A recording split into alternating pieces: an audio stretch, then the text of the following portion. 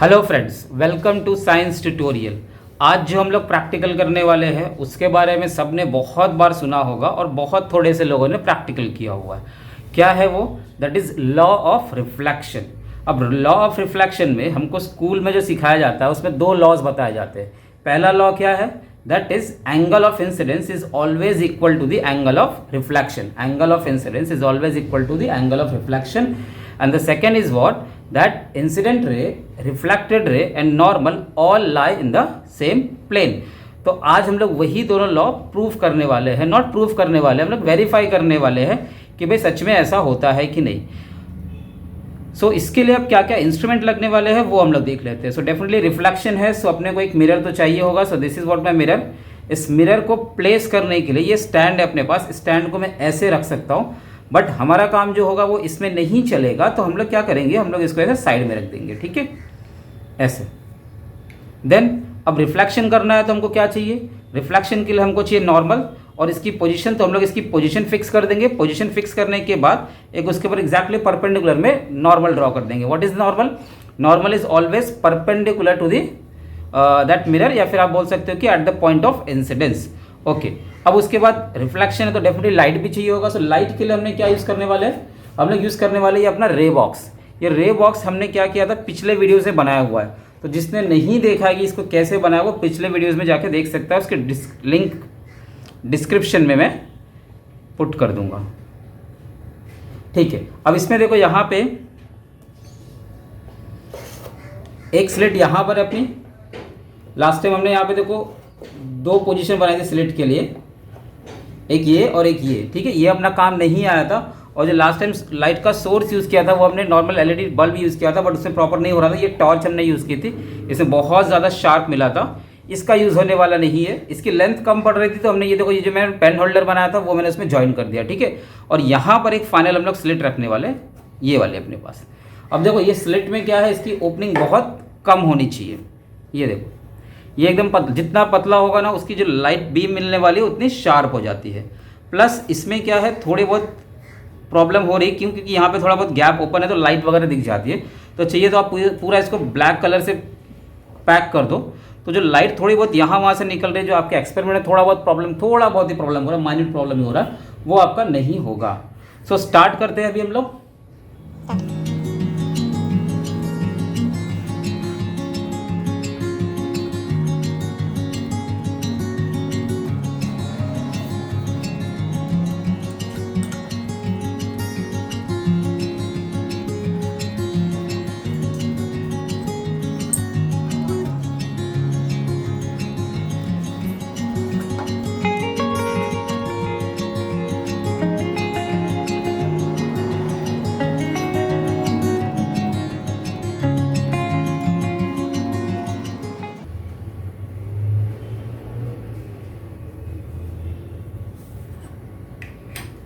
So friends, ये अपनी होगी मिरर की पोजीशन।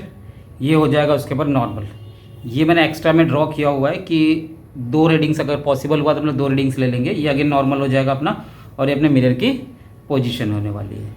अब मिरर को प्लेस करते हैं हम लोग।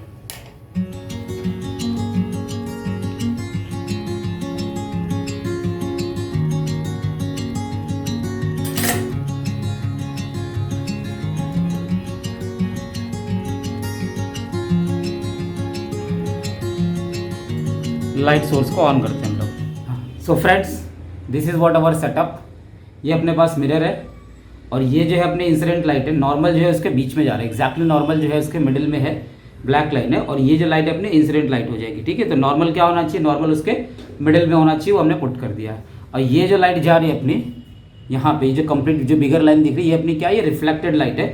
सो this is what at the point of incidence. So we have this as a incident ray. ये अपनी हो गई इंसिडेंट रे।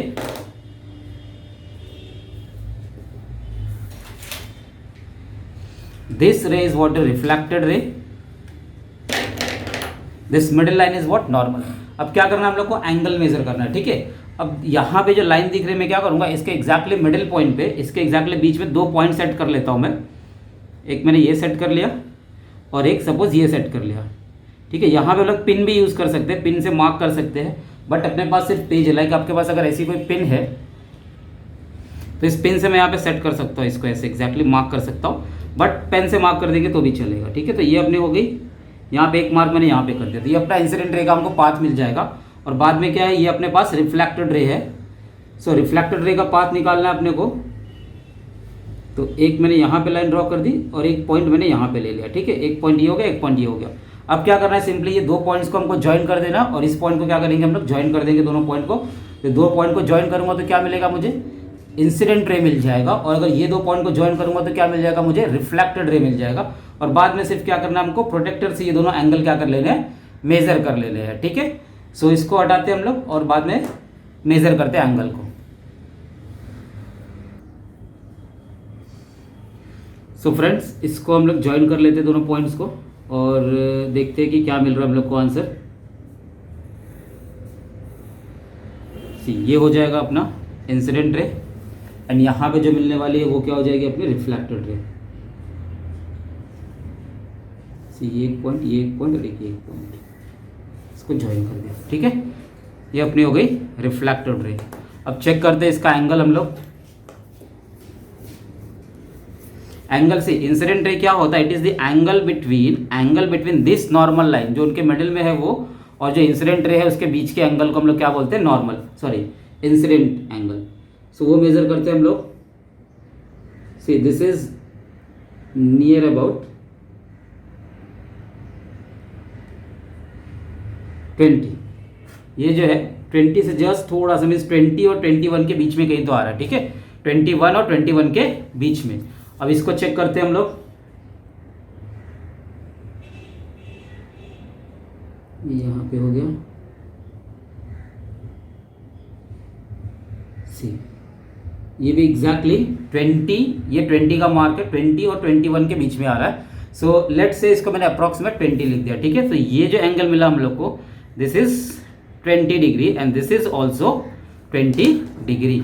सो ये है आपका angle of reflection, angle made by the normal and reflected ray, angle made by the reflected ray with the normal, and this is what my incident ray, angle met by the incident ray with the normal. So we can say that I is equal to R, that is law of reflection. ठीक है, ये law of reflection हो गया अपना कि भाई angle of incidence and angle of reflection क्या होता है, इक्वल होता है। पहली चीज क्या बोली थी हमने कि जो इंसिडेंट रे है, रिफ्लेक्टेड रे है और नॉर्मल, तीनों की तीनों क्या एक सेम प्लेन में मिल रही थी। सेम प्लेन में मिलने का मतलब क्या है, देखो जब हमने ऑन किया था तो जो इंसिडेंट रे थी वो भी इसी पेज पे दिख रही थी, नॉर्मल तो हमने पेज पे ड्रॉ किया हुआ है, और जो रिफ्लेक्टेड रे वो भी ऐसे पेज पे दिख रही थी। ऐसा नहीं कि रिफ्लेक्टेड रे ऐसे ऊपर की तरफ जा रही है, ऐसे ऊपर नहीं जा रही थी या फिर ऐसे ऊपर की तरफ नहीं जा रही थी। अगर ऊपर की तरफ जाती तो उनका प्लेन चेंज हो जाता, मीन्स ये रिफ्लेक्टेड हो गई, अगर इंसिडेंट ये है तो इनका प्लेन ना ऐसा वर्टिकल प्लेन हो जाता है, बट वर्टिकल प्लेन तो है नहीं यहाँ पे, ये रिफ्लेक्टेड इसी में है। तो ये रिफ्लेक्टेड हो गई आपकी, ये नॉर्मल हो गया और ये इंसिडेंट हो गया, तीनों एक ही प्लेन में आ गए। ठीक है, तो आज हमने क्या किया भाई, एक सिंपल सा लॉ ऑफ रिफ्लेक्शन जो हमने कई बार पढ़ा हुआ है, आज हमने उसको प्रूफ करके देख लिया कि भाई हाँ ऐसा सच में होता है। ठीक है, सो अब नेक्स्ट टाइम पे हम लोग क्या करेंगे, नेक्स्ट टाइम में हम लोग जो रिफ्लेक्शन के और जो कंसेप्ट है उसके प्रैक्टिकल्स करेंगे। Thank you.